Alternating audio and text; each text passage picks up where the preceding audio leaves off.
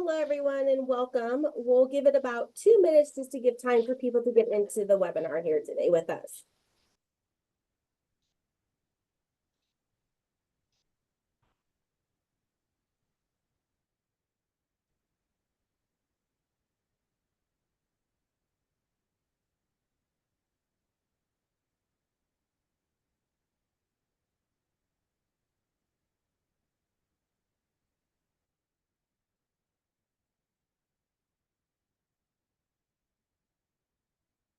We'll give it about 1 more minute.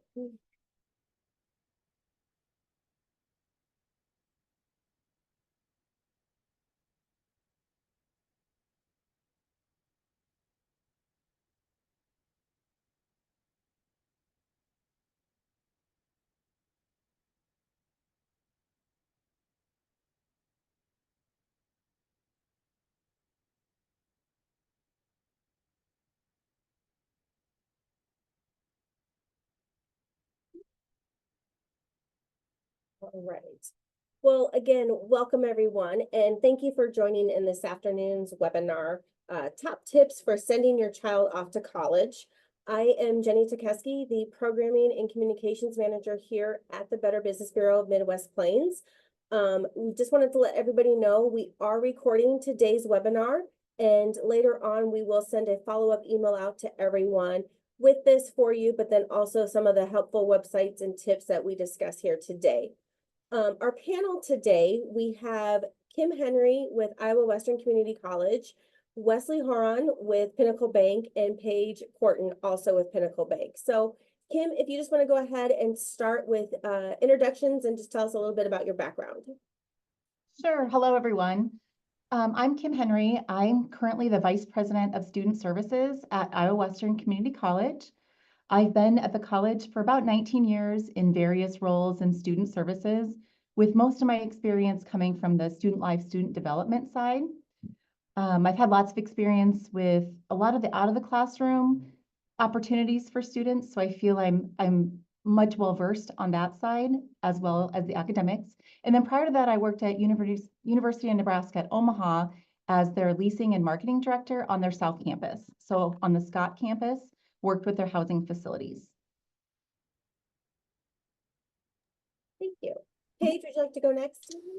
Sure. So I'm Paige Corton. I am a private banking officer here at Pinnacle Bank. Been here for 8 years now and have held various roles, including branch manager for our downtown Omaha location for about 4, and then recently transitioned over to this private banking officer role where I handle, high net worth individuals and support them through all their banking and financing needs.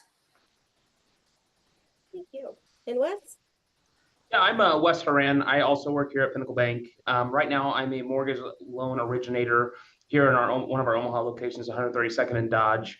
I started with the bank back in 2018. I started as a teller, did personal banking, moved into the back office operations for mortgages, and now I'm on the origination side. So, yep, been in banking since 2018. Born and raised in Omaha, Nebraska. This has been my home ever since I was born. Went to high school at Millard South. And also studied at UNO and Lincoln. So yeah. And just to let everybody know, if you have any questions, please just go ahead and put them in the Q&A section and we will get to them as they come in then too. So we'll go ahead and get started. It's just going to be a sequence of questions. It'll go with regular general banking and then into student life and then the financial aid side of everything on the institution side. So for the first question, starting to learn financial responsibilities is very crucial when going to college, if not already. So with that, what basic steps can be taken for a student to learn this? A, with debit cards versus credit card expenses, but then also with opening up a checking account versus a savings account. I can start with this one, Wes. So Yeah. I would say, as somebody that is rolling into college, starting to save and learning how to budget is going to help you and, something that you're going to be able to utilize for the rest of your life. So the best first step to take when getting ready to leave for college is, if you don't already have a checking and a savings account opened up, I would highly recommend getting one added on. There are benefits to having either a parent or a guardian on the account with you if there is ever an emergency, and there are going to be additional funds that are needed at that point in time. They will be able to have access to the account, deposit money in there for you. It's also just nice to have as a second pair of eyes, as somebody that has a lot more experience with handling bank accounts and things like that.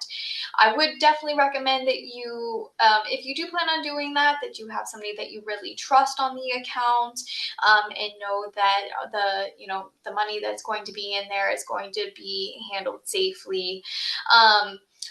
Regarding a debit card versus a credit card, I always recommend that once you are of age to have a credit card, that you get one opened up. Building your credit is going to be huge later on in life. As you talk to Wes about getting a mortgage or other types of loans that you may need in the future, or applying for an apartment, they will look and check your credit history. So having a small credit card that you're utilizing for small expenses that that you can pay off every single month, so that you're not getting charged interest, is going to benefit you in the long run. Debit card is great for your everyday expenses, or just things that you need, or utilities.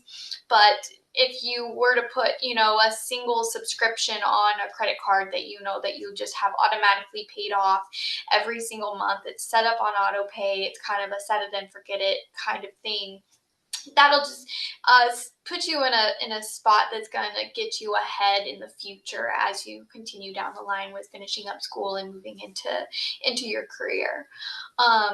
In regards to, and as I mentioned, a checking account and a savings account, I would recommend having both and just starting that practice of saving, taking any sort of income that you are earning while at school and moving a small portion of it into that savings account will help you with emergency expenses that you may have, or that you can then utilize after college to get your first apartment, or buy a car, things like that, goals that you have set for yourself. So with that real quick then, Paige, would you recommend having a checking account and a savings account with the same bank, or have it at separate banks? So then that way it's not easy to just go ahead and transfer your money into one or the other. Sure. I think it's going to depend on the person, and if you know that you are responsible enough that you can have a savings account in the same financial institution, and you're not going to just be continuously pulling from it to use for things that you aren't directly saving for, then I would recommend keeping it under one roof. There are limitations on, federal insurance limits, but at that stage in life, it probably isn't going to be an issue for most people. So keeping it under one roof will be easier to transfer funds back and forth. It'll make that process a lot quicker. But if you know that you're the type of person that, if you're trying to save for something and it's there, that you're going to pull from it, maybe setting it up at a different institution will later help you. So then it is kind of a out of sight, out of mind type of setup. Thank you. Kim, what is the best way to make the move as simple as possible if a student is moving onto campus? Sure. So I would say, to kind of back that up, make sure they've completed a housing application early. That will ensure you're getting the facility of your choice. A lot of times colleges have you rank which residence hall you'd like to live in. And of course, the more popular ones go quickly. So getting your first choice housing makes things a little smoother. Make sure and check the updates throughout the summer about specific move-in dates. We stagger move-ins. A lot of other colleges do the same, so not everyone shows up at the same time. So make sure you're reading all the information you're getting. Websites for college residence programs have what students should plan to bring with them, what not to bring with them. You'll also get some important academic and payment deadlines, which would affect your move onto campus if you don't have that set up. Some institutions would likely not allow you to move in or have you set all of that up before you're given your keys. Make sure and contact your roommate or get to know your roommates a little bit prior to arrival. I think that breaks the ice a little bit before they get there. It creates some of that excitement for students, maybe alleviates some of the stress and the newness of moving away from their parents. Make sure that parents and students both attend the new student orientation. A lot of questions are going to be answered. They're going to meet other students that'll be there in the fall. There are a lot of campus events during Welcome Week, which is usually that first week. Make sure and go to all of those events, get to know people. It makes your transition so much easier. But in terms of actually moving, the physical part of moving onto campus, whether it's a residence hall or an apartment off campus, bring your patients, parents, and students. This can be a very tense time because both the student and the parent are experiencing a lot of emotions that go along with going to college and living away from family for the first time. So we see a lot of that. Bring a cart. If you have a cart or invest in some type of a cart to move your items in, some colleges don't provide those, some do. So for instance, we do not at Iowa Western. I know colleges such as UNL, they do. Makes the move-in process so much faster. And then another thing we sometimes talk to our parents about, know when the right time is for you to leave. You know, prolonging or lingering there, we get everything done, do what you need to do, but maybe take off so your student can get to know their roommates, start doing activities on campus, go to the dining hall with some of the friends, and kind of immerse themselves into that student life. Call and check up with them. They may act like they don't want you to check in with them, they do. But just support them the best you can, and just keep in mind it is a very stressful time for parents and students, I think, due to a lot of emotions. In regards to students having to work throughout the college years and everything, how can a student find out if they qualify for student work study program throughout an institution? You're muted.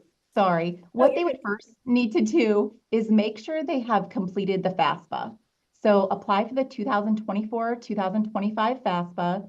Once their FAFSA is processed at their institution, they would receive an award letter from the financial aid office.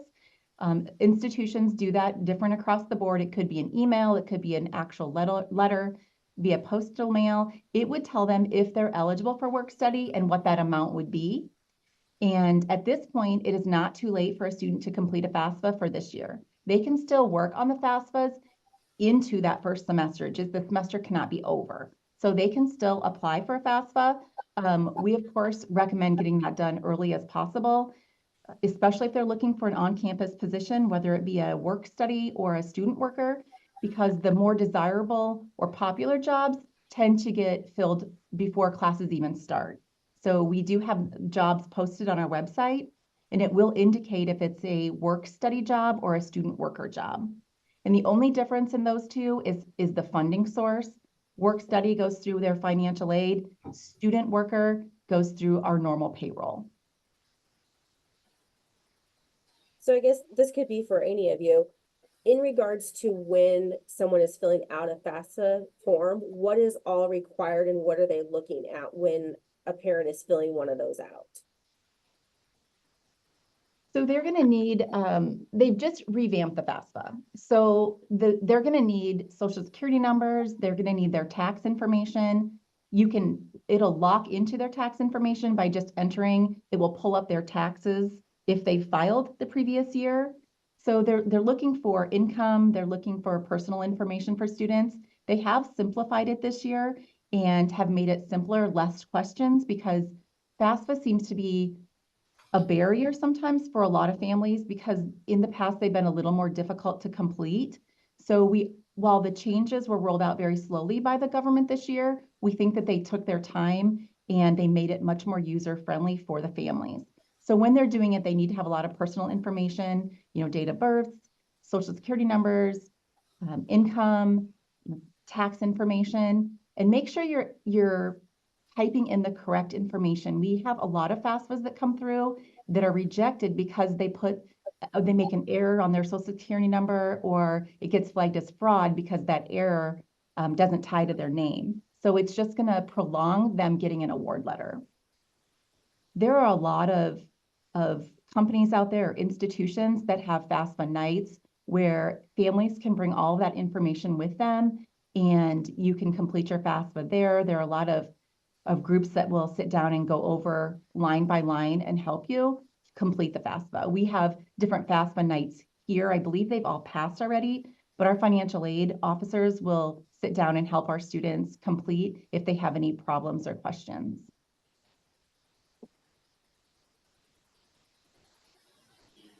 In the digital age where identity theft is prevalent, what are some essential strategies that students can use to safeguard themselves, their bank accounts, their credit cards, etc.? Yeah, I think this is, can you guys, okay, perfect. I think this is an important conversation to be had that not a lot of people talk about. Someone that's fallen to it myself through theft, it's definitely, it can become a really frustrating situation. Obviously, keep your personal stuff protected, right? No one needs to know your social security number. No one needs to know your debit card numbers, your PINs, your credit card numbers, right? So keep that stuff protected, right? And then I think nowadays you're seeing a lot more of it. We call it phishing, but emails, scam emails. You can see it on social media, scam links that you could click on. Just be aware of what you're clicking on. You know, avoid those fishy looking emails. We need to stay away from those things. You're going to get them. It happens. Especially, you know, especially in the college process when you're applying for different things and whatnot, and your emails get tossed out there in so many different ways. Unfortunately, there's just ways for scammers to get access to your emails and send you guys different forms and links to click. So just avoid that stuff.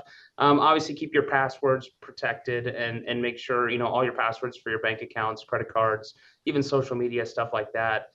You have high level passwords. They're not simple, you know, one word phrases and whatnot. And nowadays, most places make sure you have pretty intricate passwords. So that's great.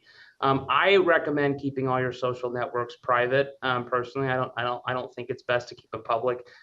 People are looking out for what you're doing on a day-to-day basis and how you live your life if they're really going after you. Unfortunately, my wife and I have fallen victim to some theft. So totally keep all your personal belongings out of your vehicles. You know, when you're leaving them parked or whatnot, people are breaking windows nowadays and taking wallets and purses and whatnot. So definitely avoid those things. It's not as common, I feel like, as it used to be, but they call it skimming, debit card skimming. When you're looking at like certain ATMs, like just random ATMs and gas stations, gas pumps, point of sale machines, you can kind of tell sometimes these scammers and skimmers will actually put a device on these point of sale systems that can take your debit card information and track your PINs, and then they go ahead and take that and make transactions. On top of that, just stay on top of your bank accounts, be looking at statements, look at your transaction history, make sure nothing out of the blue is popping up. And if it is, you know, contact your banking institution or your credit card company and get on top of it as soon as possible. Don't let it get too far because it can get kind of hairy real quick. So for that, I don't have much more, to be honest. Just be smart with your personal information, and you know, no one needs to know all your personal stuff. So.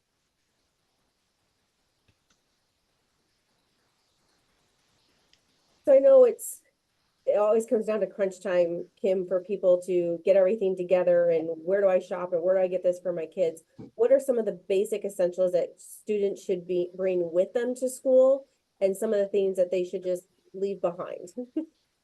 Sure. I think importantly, make sure and check with your college's residence life department on what is allowed, what is not allowed, first of all. That may vary from college to college. They also should provide lists of items that they would suggest. Also, lots of websites out there to do a Google search, a lot of Facebook groups for parents to try and determine what actual items they should bring. Some items we suggest would be bedding. We have the extra long twins, toiletries, personal hygiene items, bedroom decorations, school supplies, entertainment devices, maybe a laptop or a TV, something like that. Anything that will make their room feel like they're home away from home. We really stress this is your home. You need to feel safe, comfortable here. So make it what you want within reason. You know, don't put a lot of anchors in the wall. You'll get charged for those at the end. Be very aware of the lights that you put up around the corners of the room. Those tend to cause some problems.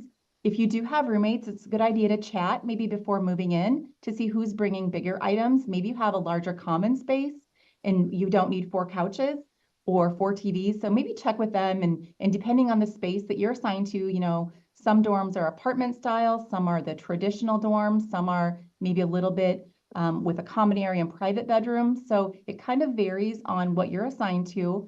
But just, you don't want a lot of those items.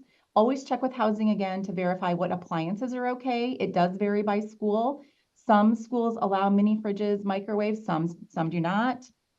Something you likely will see a common theme, and it's because of fire hazard issues with the fire code. Candles, incense are not allowed. Anything with an open coil or open flame, the pizzazz pizza items or pizza cookers, things like that. I know we don't allow them. Some other schools may allow that. Of course, alcohol and drug substances and paraphernalia, leave at home. And more commonly anymore, don't bring an animal to campus to live with you unless it's a legitimate service animal or you do have it approved to be an emotional support animal prior to bringing it with you. And you can work with accommodation services prior to arriving to make sure that is something that's approved for you.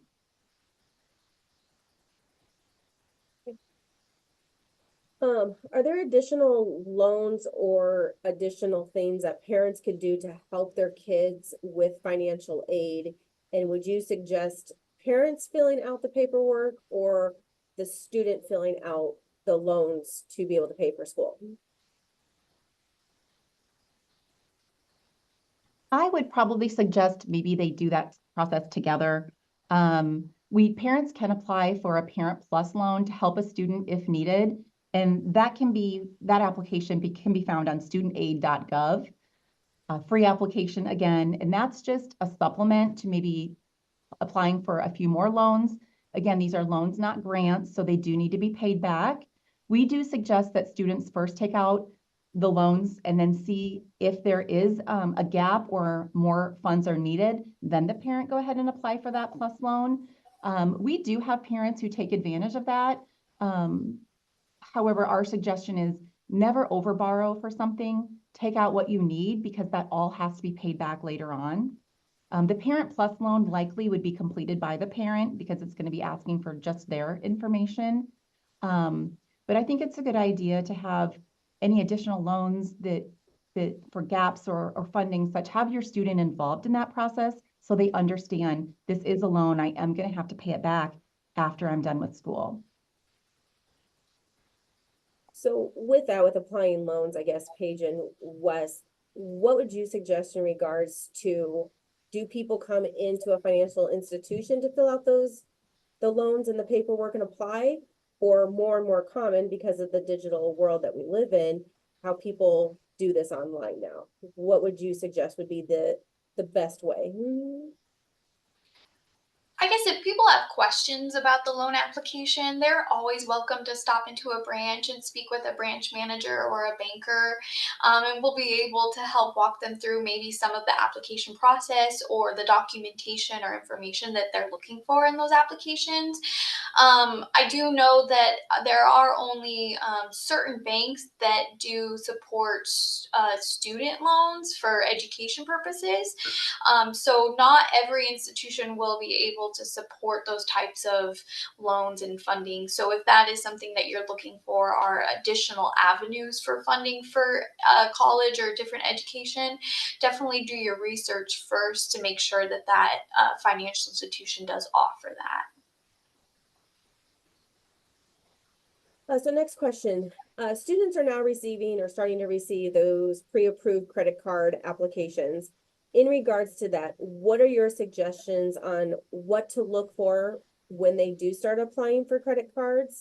And also, what should they do with all of those applications that they do not fill out or even use at all?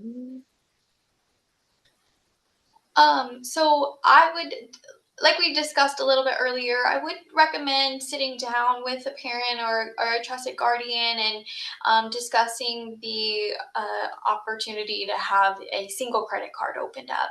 That way, you can continue to start building credit, start practicing budgeting um, in a smart way, and things like that.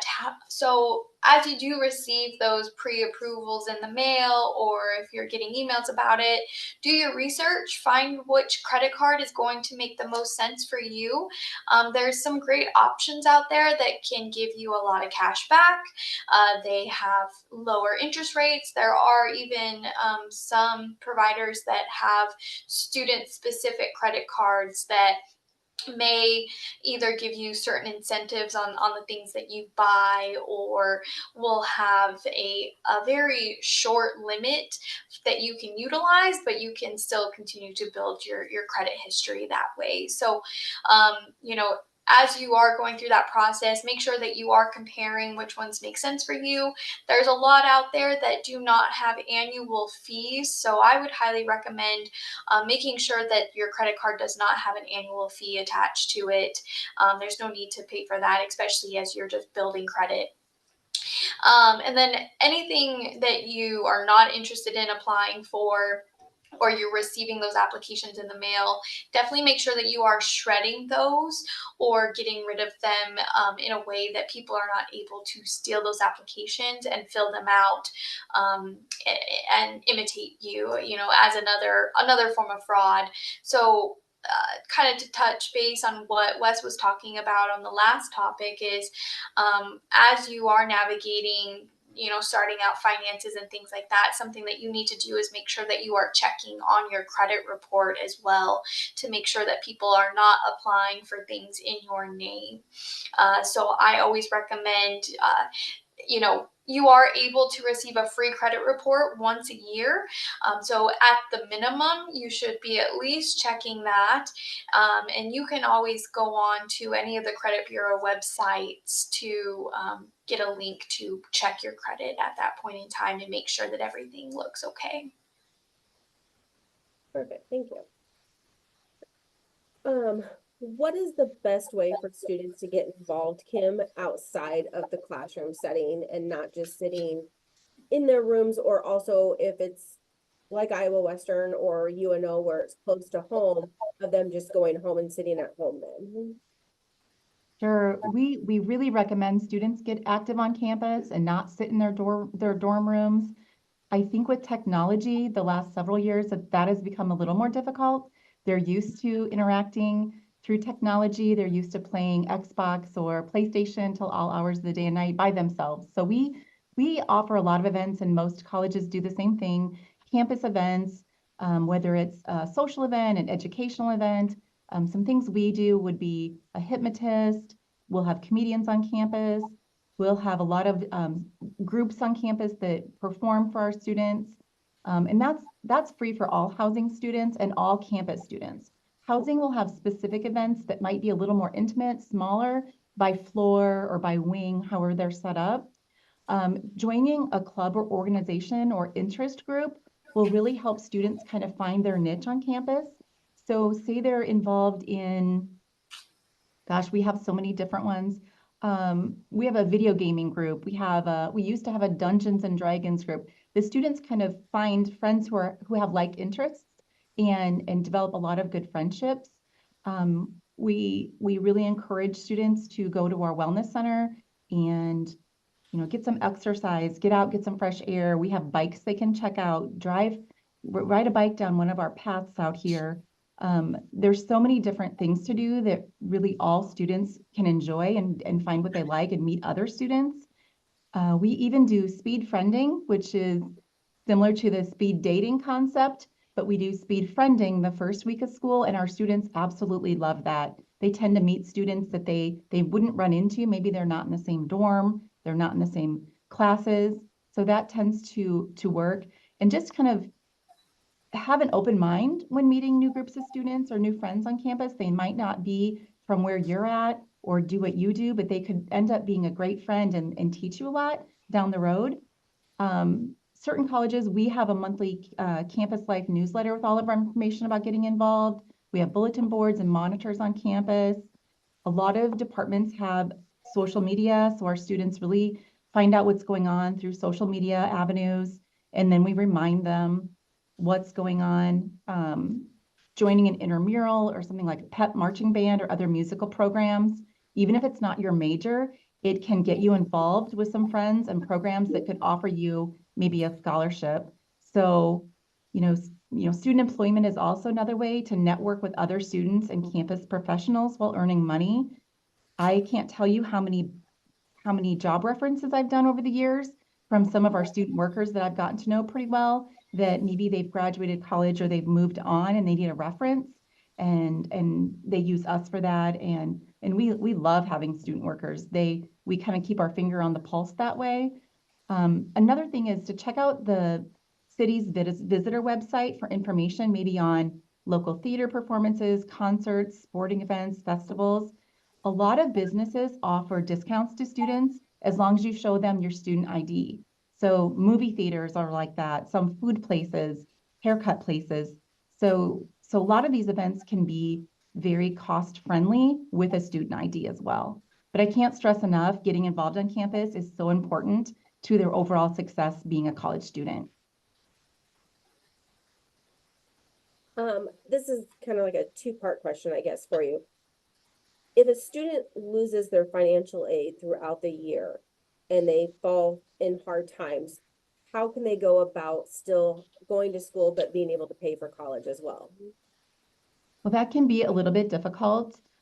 Even if they don't have anything set up on the front end, what could happen, if they don't pay by the payment deadline, they could be withdrawn from their classes for non-payment before classes even start. So going back to what I said in the beginning, making sure you have all of that set up before you arrive is very, very important.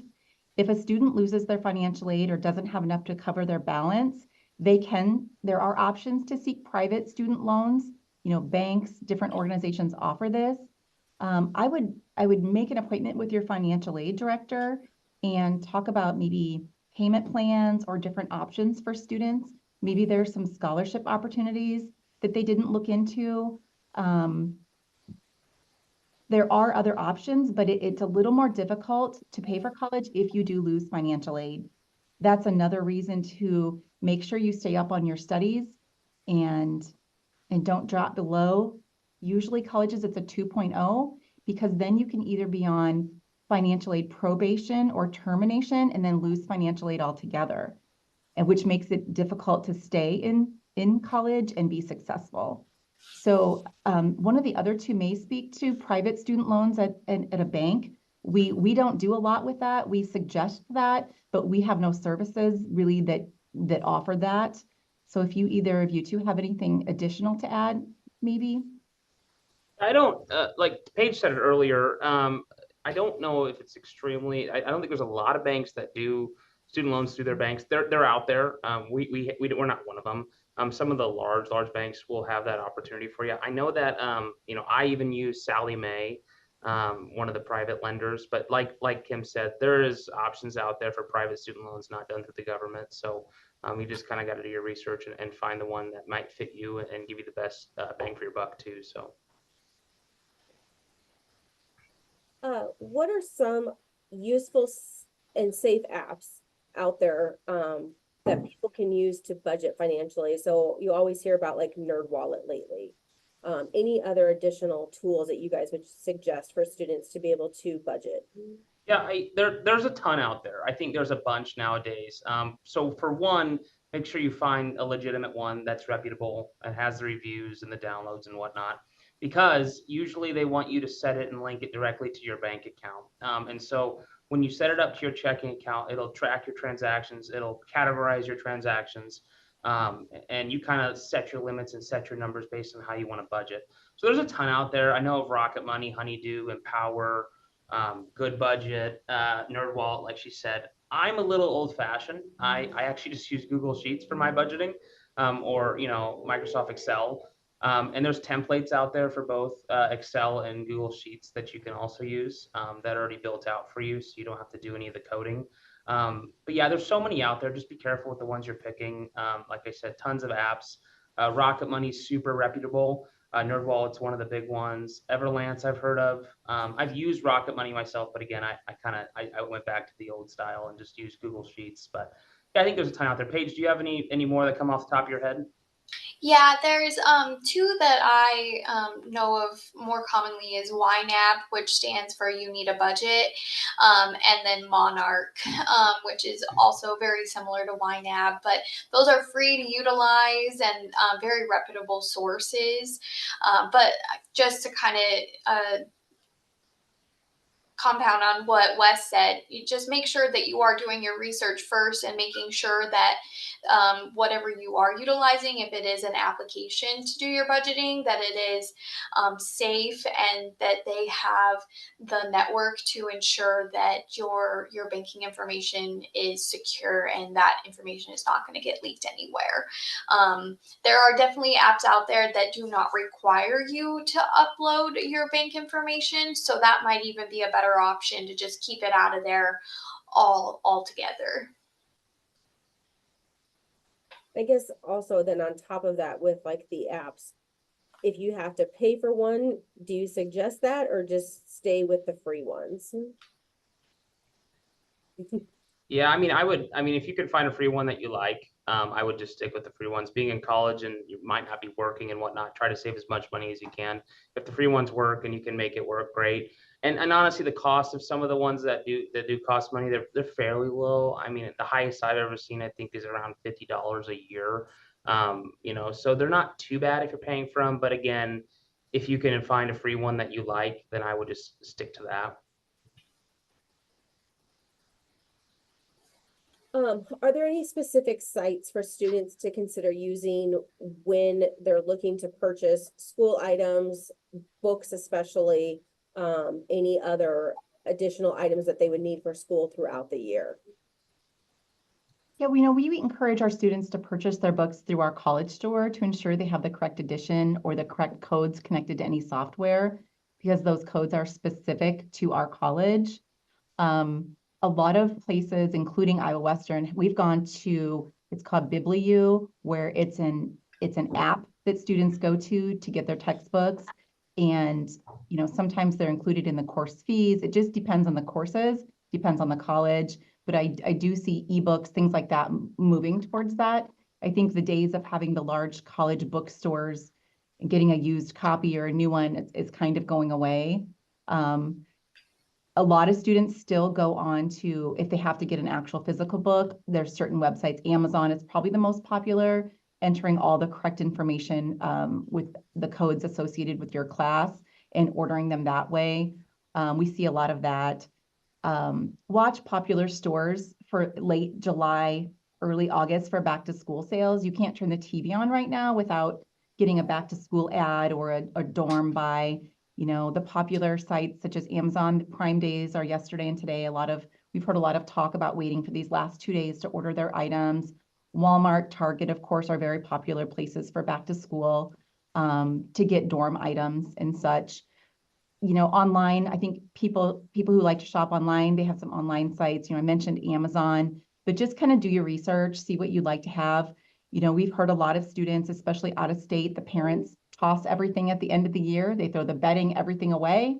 They bought it cheap. They're going to buy new next year. It's cheaper than trying to rent something to drive it all back home. Whatever works for your family is going to be best in a situation like that, especially if your kids are flying back and forth from their dorm room.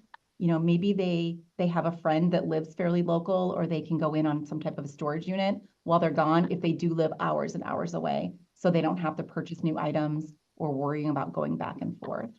But back to the sites, there are so many sites that students can shop to get items for back to school. It just kind of depends on their preference and what they're furnishing, whether it's a full apartment, whether it's a small dorm room and such.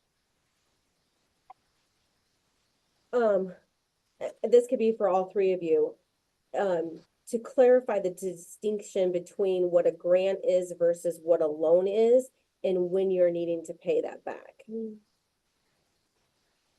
I can go ahead. So grants are free money for students. They do not have to be paid back. where loans do have to be paid back. A federal student loan, you start payments 6 months after you graduate or stopped attending college.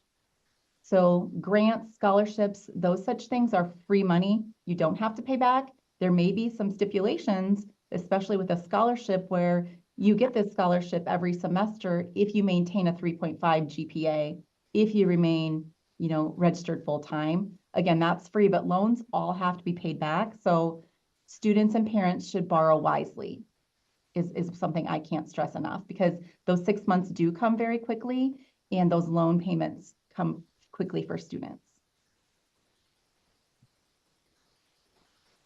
I know Paige, you talked briefly about like if somebody does fall victim to identity theft, but what are the steps that someone can take?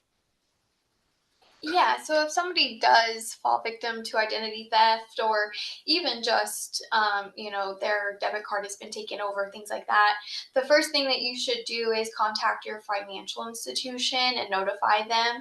That way they can make sure that they are placing the proper notices on your account, so that if anybody is trying to call in and impersonate you, that they have that information and can alert either the police or notify you that somebody is trying to impersonate you even further.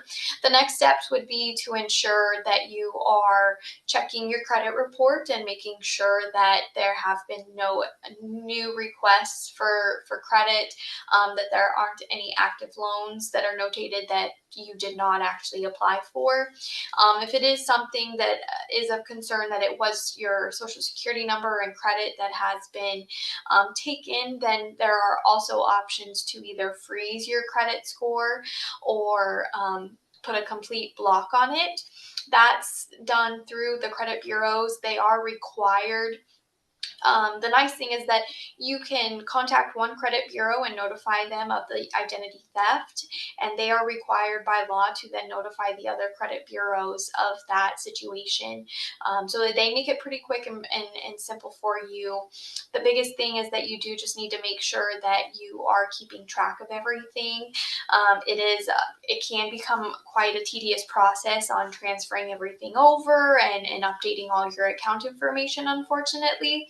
But in the long run, if you can go into your branch and sit down with somebody, they can get all of that updated for you fairly quickly and get you going with new accounts and new debit cards. And the best thing to do is maybe also have a conversation as to how they could have received that information and how you can better protect yourself in the future.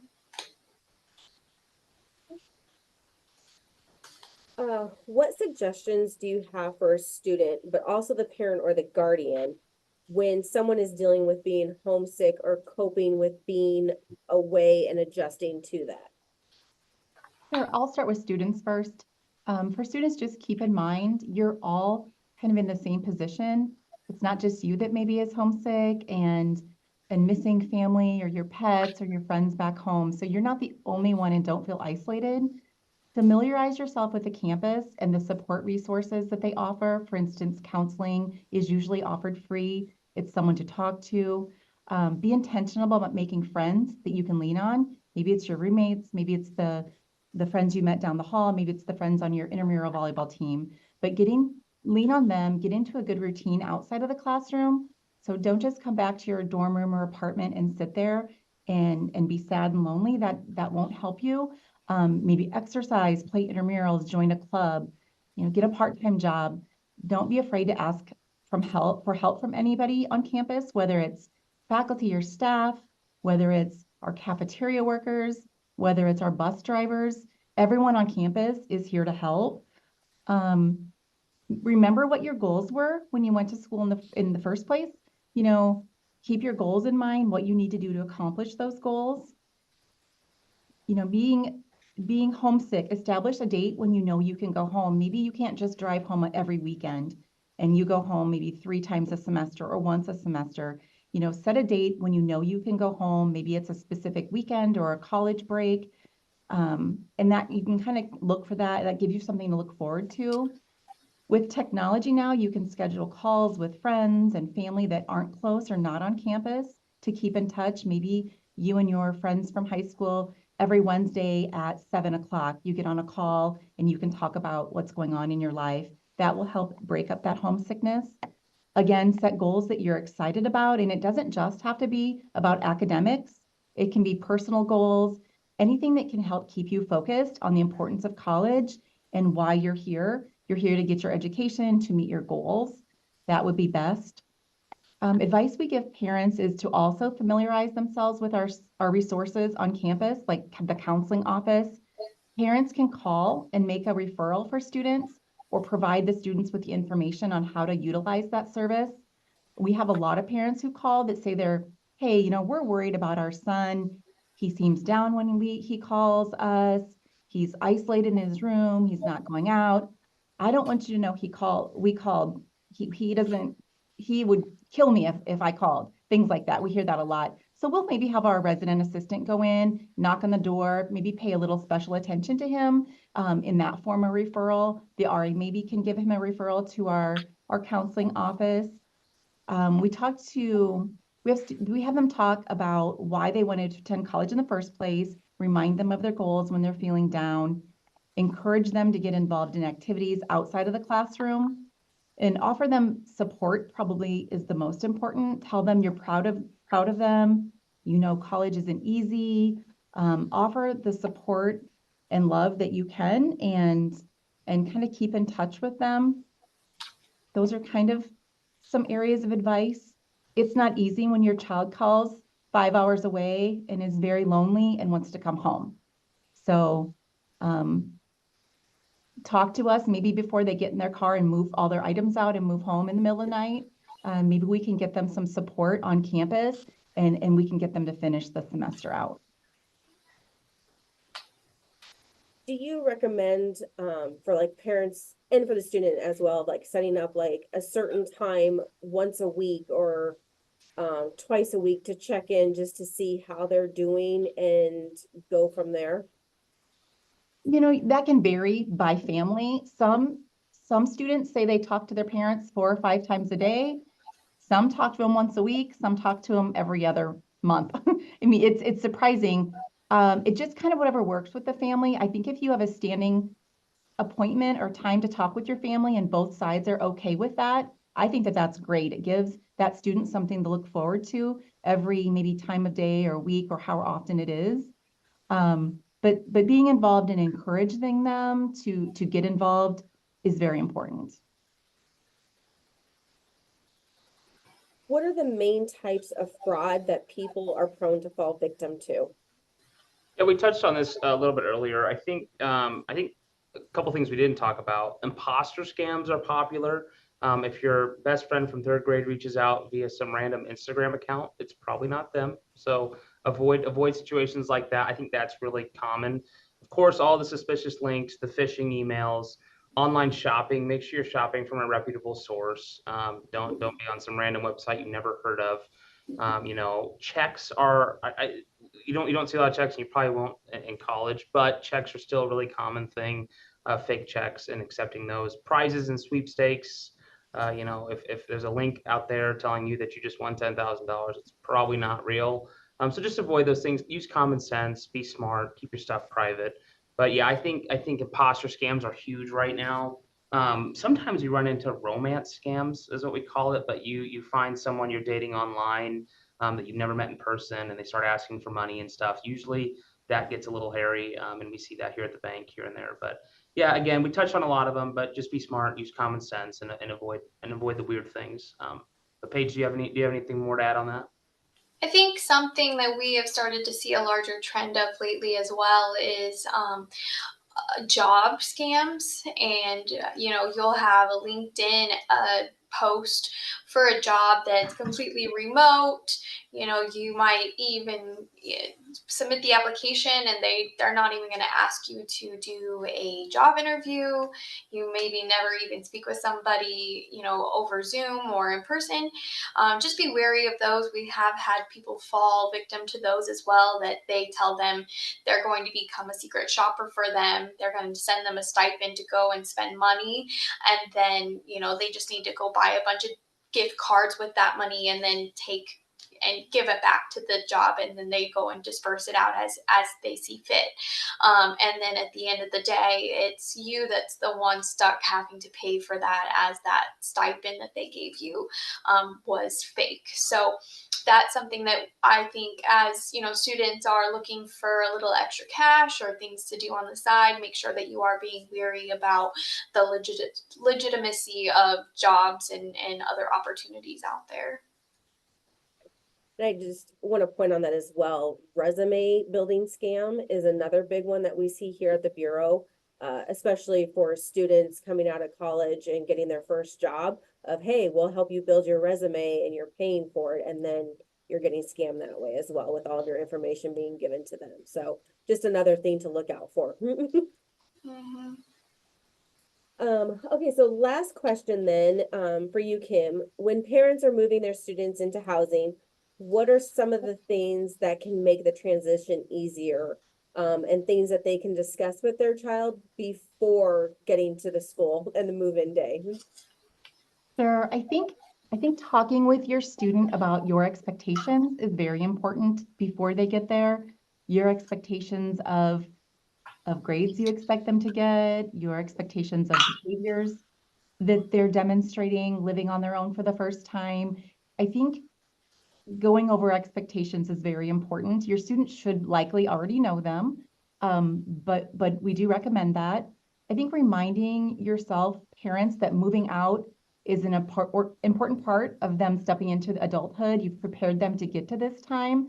This doesn't mean you won't be around to support them. It just means it's going to look a little different. If your student's more introverted, maybe help them make introductions to maybe housing staff or different staff members and encourage them to bond with their roommates.